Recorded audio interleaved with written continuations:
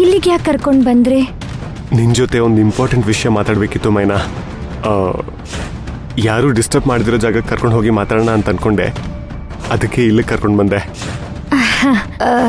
ನನ್ನ ಹತ್ರ ಮುಖ್ಯವಾದ ವಿಷಯ ಮಾತಾಡೋ ಅಂಥದ್ದು ಏನಿರುತ್ತೆ ಹೇಳಿ?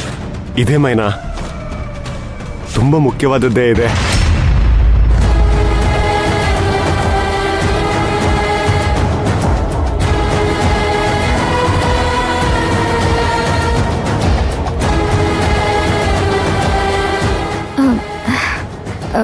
ಸರ್, ಅದೇನೇ ಇದ್ರು ನಿಮ್ ಹುಡ್ತಬ್ಬ ಆಗೋಗ್ಲಿ, ಆಮೇಲೆ ಮಾತಾಡೋಣ.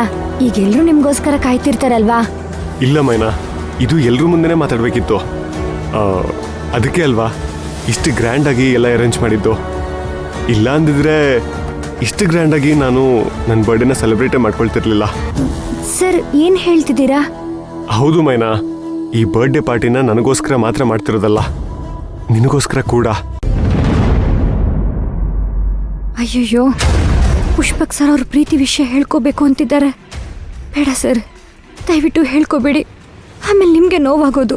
ದಯವಿಟ್ಟು ಸರ್, ನಿಮ್ದಮ್ಮಯ್ಯ ಅಂತೀನಿ, ಹೇಳ್ಕೋಬೇಡಿ. ಮೈನಾ, ನಿನ್ನ ಹತ್ರ ಮಾತಾಡಬೇಕು ಅಂತ ಏನೋ ಕರ್ಕೊಂಡು ಬಂದ್ಬಿಟ್ಟೆ, ಆದರೆ ಈಗದನ್ನ ಹೇಳ್ಕೊಳ್ಳೋಕ್ಕೆ ಸಂಕೋಚ ಆಗ್ತಿದೆ. ಹೇಳ್ಬೇಡಿ ಸರ್, ಸುಮ್ಕಿತ್ ಬಿಡಿ.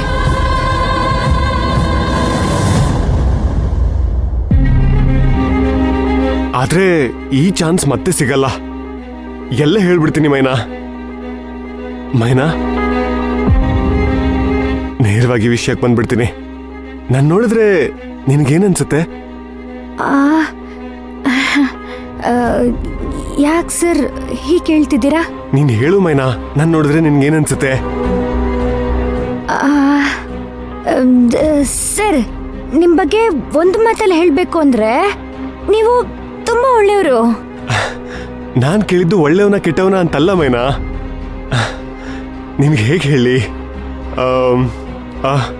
ಹೇಗಂದ್ರೆ, ನೀನು ಹುಡುಗಿ, ನಾನು ಹುಡುಗ. ಒಂದು ಹುಡುಗಿ ಹುಡುಗನ್ ನೋಡಿದಾಗ ಏನನ್ಸುತ್ತೆ, ಆ ಥರ ನಿನಗೆ ನಾನು ನೋಡಿದ್ರೆ ಏನನ್ಸುತ್ತೆ?